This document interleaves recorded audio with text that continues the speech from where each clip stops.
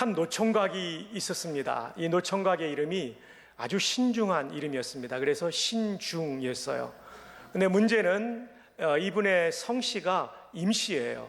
그래서 임신중이라는 이름을 가진 노총각이 있었습니다.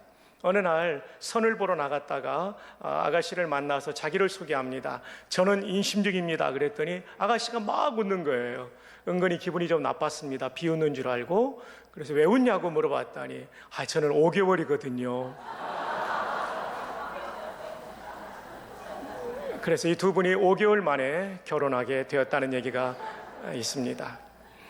우리가 인생을 살다 보면 내가 가지고 있는 약점 또는 한계 이런 것들 때문에 기죽을 수 있는데 절대 그러지 마십시오. 하나님은 모든 것을 합력해서 선을 이루시는 분인 줄 믿습니다. 오늘도 하나님께서 우리를 회복시켜 주시는 예배 되기를 축복합니다.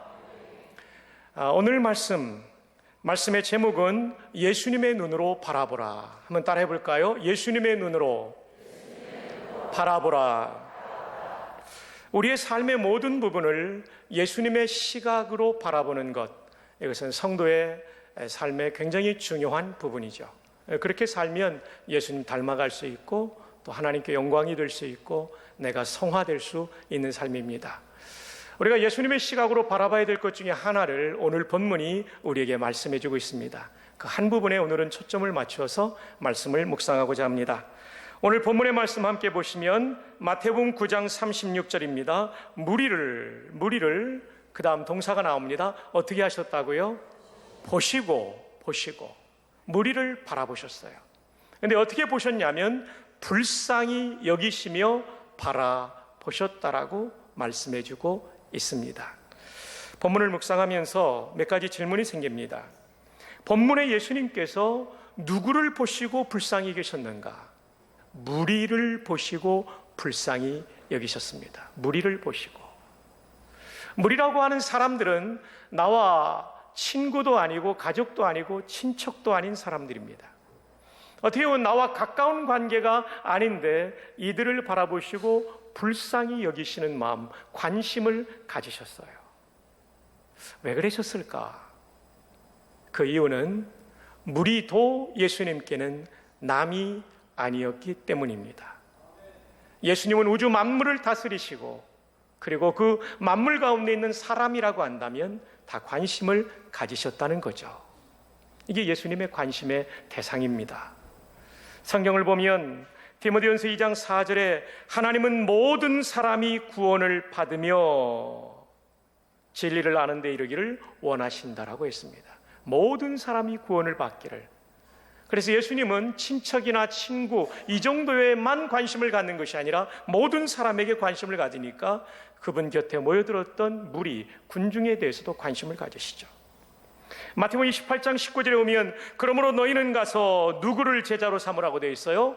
모든 민족을, 그냥 무리가 아니라요 온 지구상의 민족에까지 관심을 가지시기 때문에 무리를 불쌍히 여기시는 것은 어떻게 보면 당연한 것이라고 할 수 있겠습니다. 또 하나의 질문이 이것입니다. 그렇다면 예수님은 왜 그 무리를 불쌍히 여기셨는가? 이 불쌍히 여기심에 대해서 관심을 가지고 질문을 던져보았습니다. 본문에 답이 나오죠. 36절 보시면 무리를 보시고 불쌍히 여기시니 이는 그들이 목자 없는 양과 같이 고생하며 기진함이라. 왜 불쌍히 여기셨냐면 그 무리가 고생하며 기진했기 때문입니다. 고생하며 기진한다는 얘기를 원문에서 찾아보면 고생했다는 말은 고통받고 있다는 분사형입니다. 기진했다는 말은 낙심하고 있다는 분사형이에요. 그러니까 좀 더 여러분이 쉽게 이해하기가 좋을 거예요. 무리들이 고통받고 있고 그 고통 가운데 낙심하고 있는 모습을 보며 예수님께서 불쌍히 여기셨다는 것입니다. 여기 불쌍히 여기신다라는 말은요, 함께 고통받는다는 뜻입니다. 영어성에 보면 felt, 느꼈다는 얘기죠. compassion. 우리말로는 동정이라고 옮기기도 하는데 이 본문은 불쌍히 여겼다고 되어 있죠. 근데 이 compassion이라는 단어는 라틴어의 두 단어의 합성어입니다. 함께라는 단어와 고통이라는 단어의 합성어입니다. 따라서 compassion은 함께 고통받는 거예요. 우리가 흔히 말하는 동정이라는 말로 번역할 때는 아쉬운 뉘앙스가 있습니다. 우리는 동정하면 높은 위치에 서서 낮은 사람의 어려움에 대해서 측은히 여기는 마음 정도로 해석할 수도 있죠. 근데 이 원문에 compassion이라는 라틴어 단어는, 이 라틴어 단어는 어떤 뜻이냐면 함께 고통을 나누는 것입니다. 예수님께서는 그 무리들에 대하여 그저 굽어 살피고 측은히 여긴 정도가 아니라 그들의 고통을 나의 고통으로 공감하고 계셨다는 것입니다.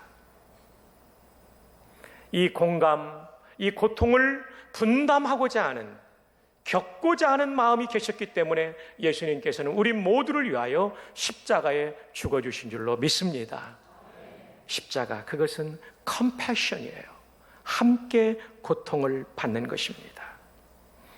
오늘 이 시대는 이런 컴패션의 마음이, 함께 고통을 받는, 불쌍히 여기는 마음이 너무나도 부족한 시대 아닌가 싶습니다.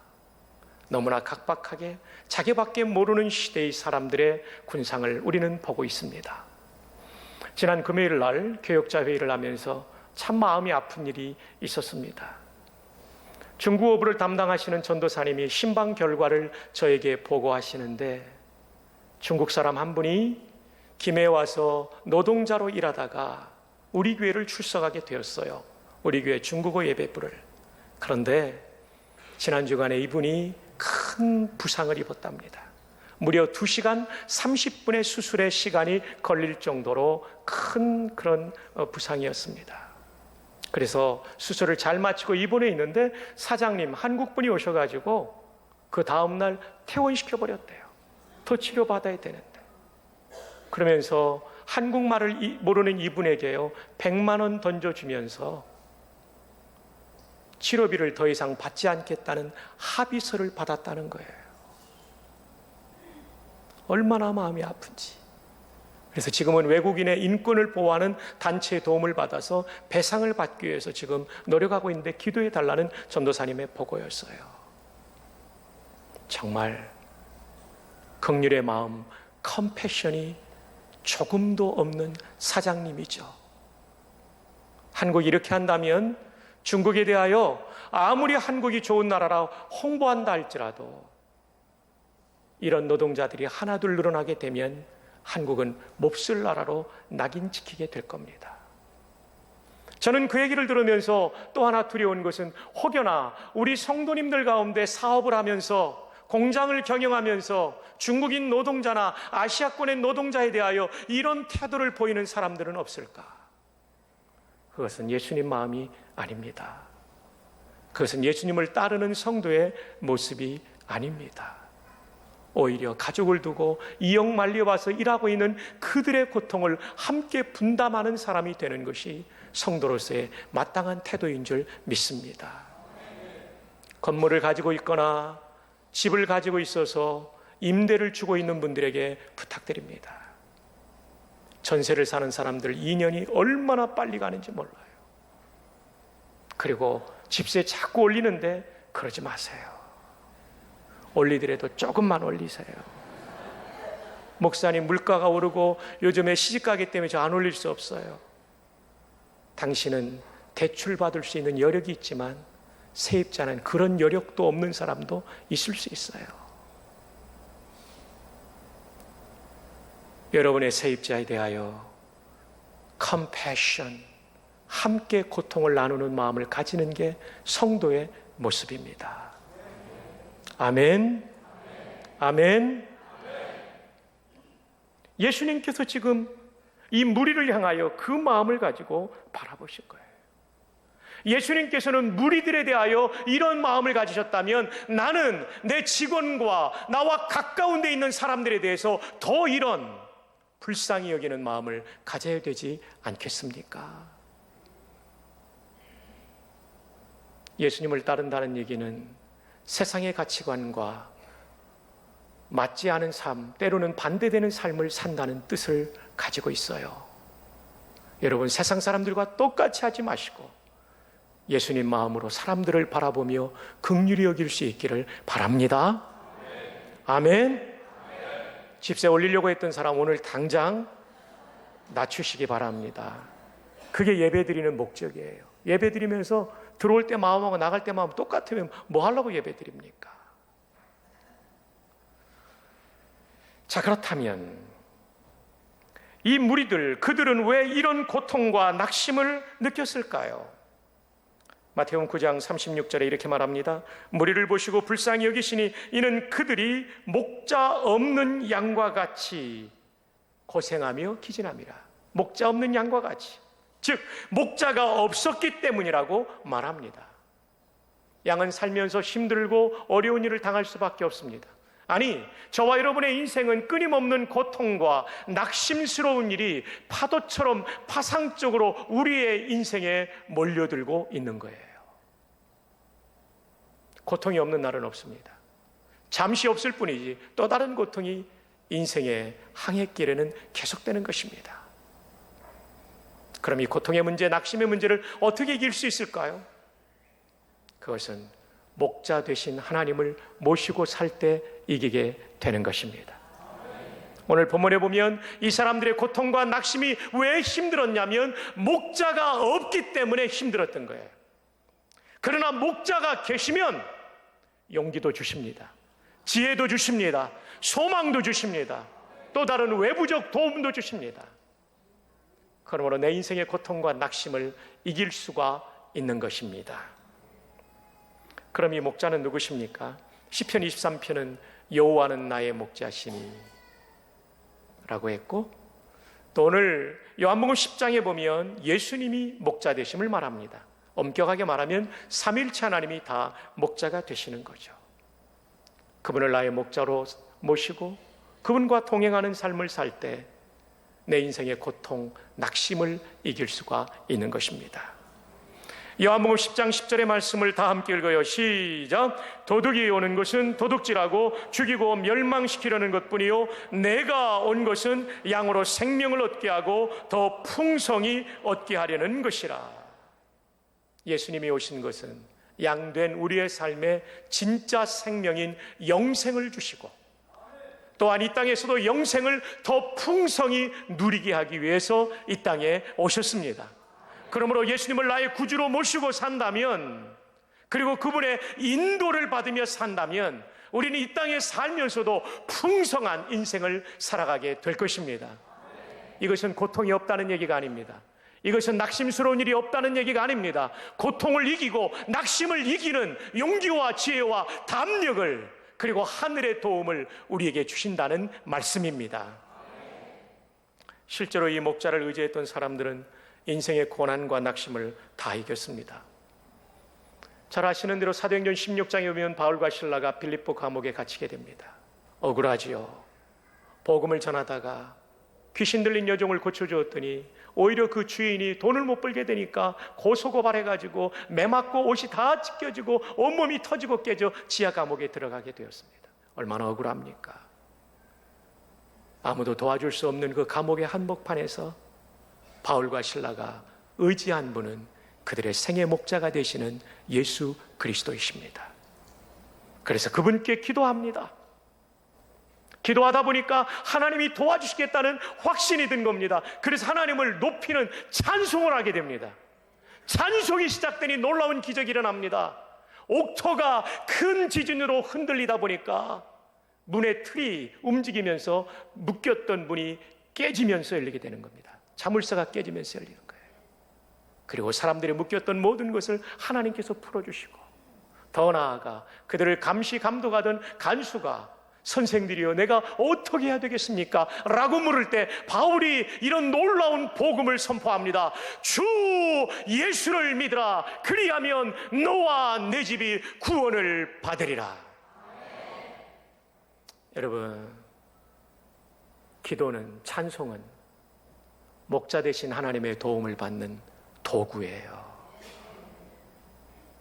바울과 실라가 기가 막힌 웅덩이 속에서 목자 되신 하나님의 도움을 받았던 것은 이 도구를 썼기 때문이에요. 여러분도 억울한 일, 고통스러운 일, 낙심스러운 일을 만났을 때에 그 목자 되신 하나님의 도움을 받는 도구인 기도를 활용할 수 있기를 주님의 이름으로 축복합니다.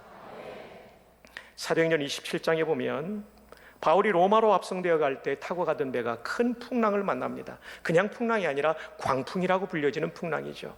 유라굴로, 이것은 번역하면 북동풍인데, 지중해에서 불어오는 북동풍인데 강력한 폭풍이었습니다.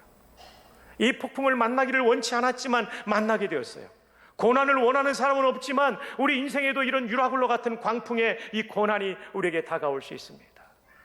배가 무거우면 뭐 하나에도 부딪히면 이 중력의 원칙에 의해서, 원리에 의해서 배가 크게 깨지니까 풍랑이 일어난 지 이틀 만에 그들은 가지고 있던 모든 수화물을 바닷속에 다 던집니다. 배를 가볍게 하려고.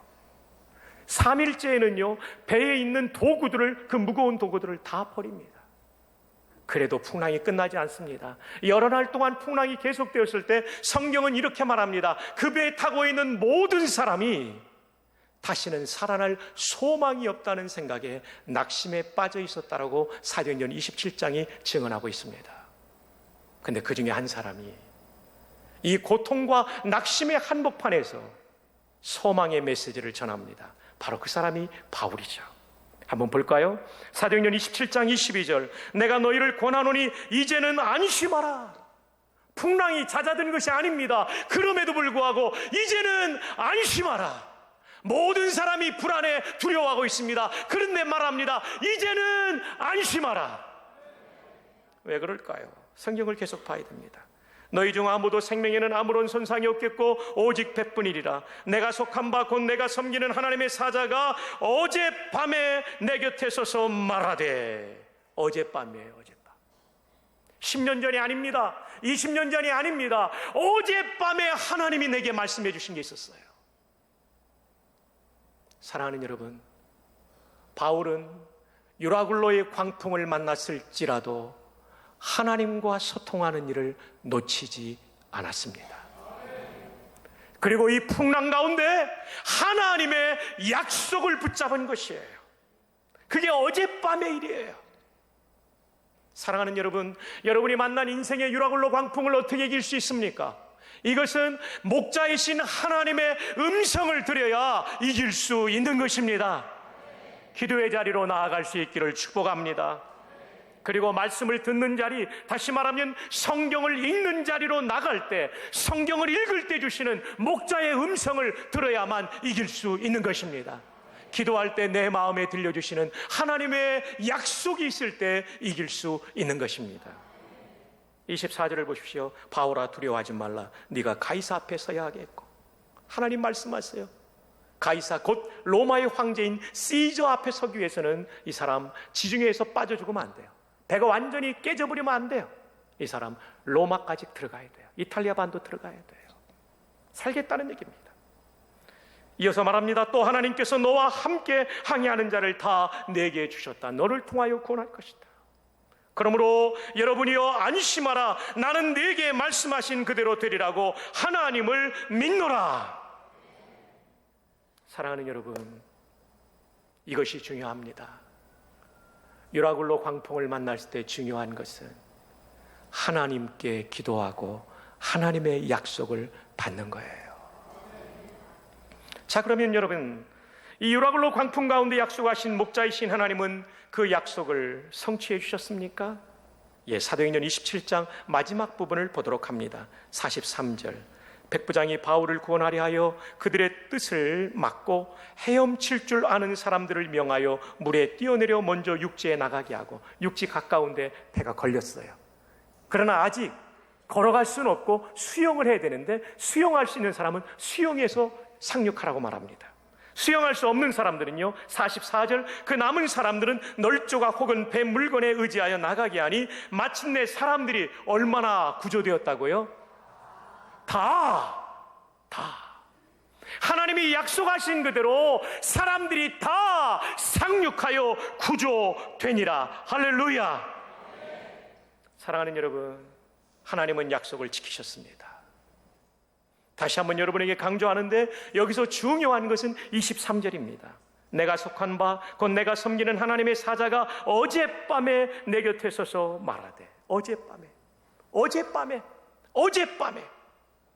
사랑하는 여러분, 여러분의 오늘의 문제에 대하여 여러분은 기도하다가 하나님이 들려주시는 확신을 받은 적이 있습니까? 성경을 읽다가 그 문제에 대하여 위로해 주시고 나를 격려하시고 이 문제에 대한 해답을 주신 경험이 있습니까? 예, 아멘한 분들은 복된 분들입니다. 그러나 그렇지 않은 분들은 신앙생활을 제대로 하고 있지 않는 것입니다.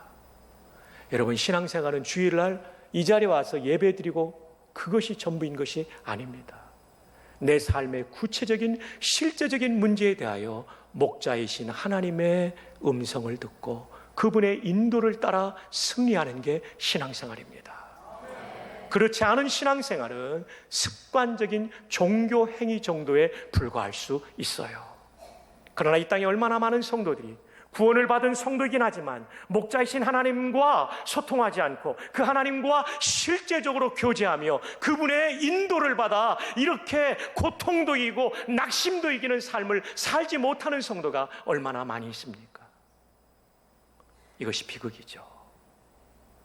목자는 좋은 분을 모셨는데 그분과 교제하며 그분과 소통하며 그분의 인도함을 받지 못하니까 삶이 팍팍하기만 한 거예요. 너무너무나 안타까운 거예요. 사랑하는 성도 여러분, 오늘부터 성경 말씀을 깊이 묵상하기를 바랍니다. 분명히 성경 가운데 말씀하실 거예요. 오늘부터 여러분이 정말 진지한 태도로 기도할 수 있기를 바랍니다. 기도 가운데 말씀하실 거예요. 저도 목회를 하면서 때로 힘들고 어려울 때가 있지만 그것을 이길 수 있는 비결은 다른 것 없어요. 성경 말씀 묵상하다가 하나님이 주신 약속 받으면 됐다. 기도하다가 하나님께서 약속의 말씀을 주시고 감동을 주시고 생각을 주시면 됐다. 이거로 사는 거예요. 하나님은 목사에게만 이것을 주시는 것이 아니라 여러분에게도 얼마든지 주실 수 있습니다. 이 신앙을 경험할 수 있기를 바랍니다.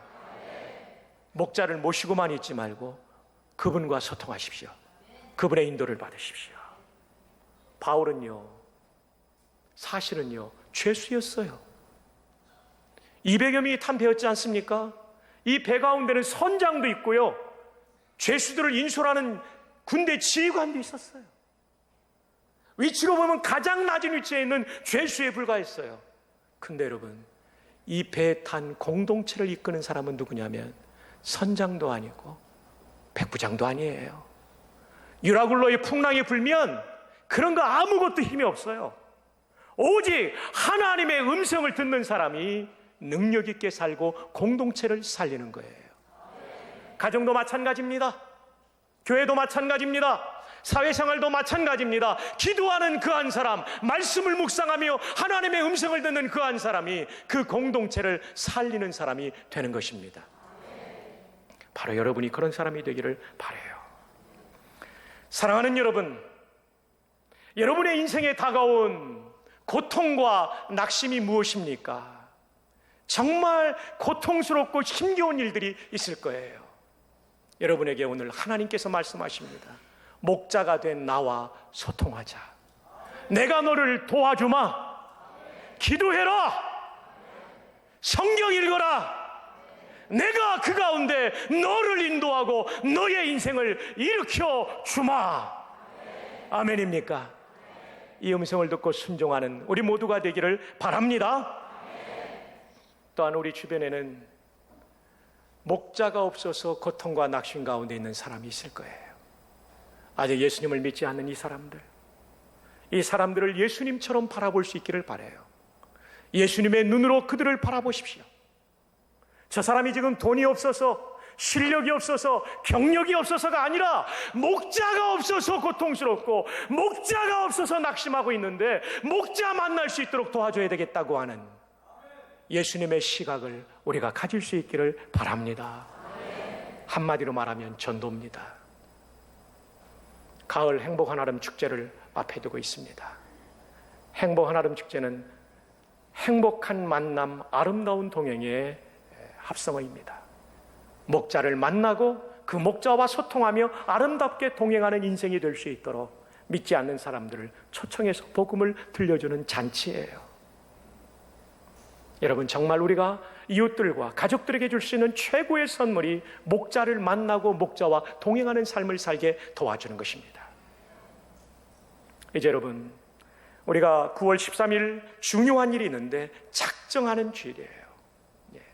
오이코스 작정 및 재작정하는 주일이에요. 오이코스 하니까 처음 오신 분들은 오이요르를 코스로 먹는가 보다 이렇게 생각하시면 안 되고요. 가족이라는 헬라어 단어입니다.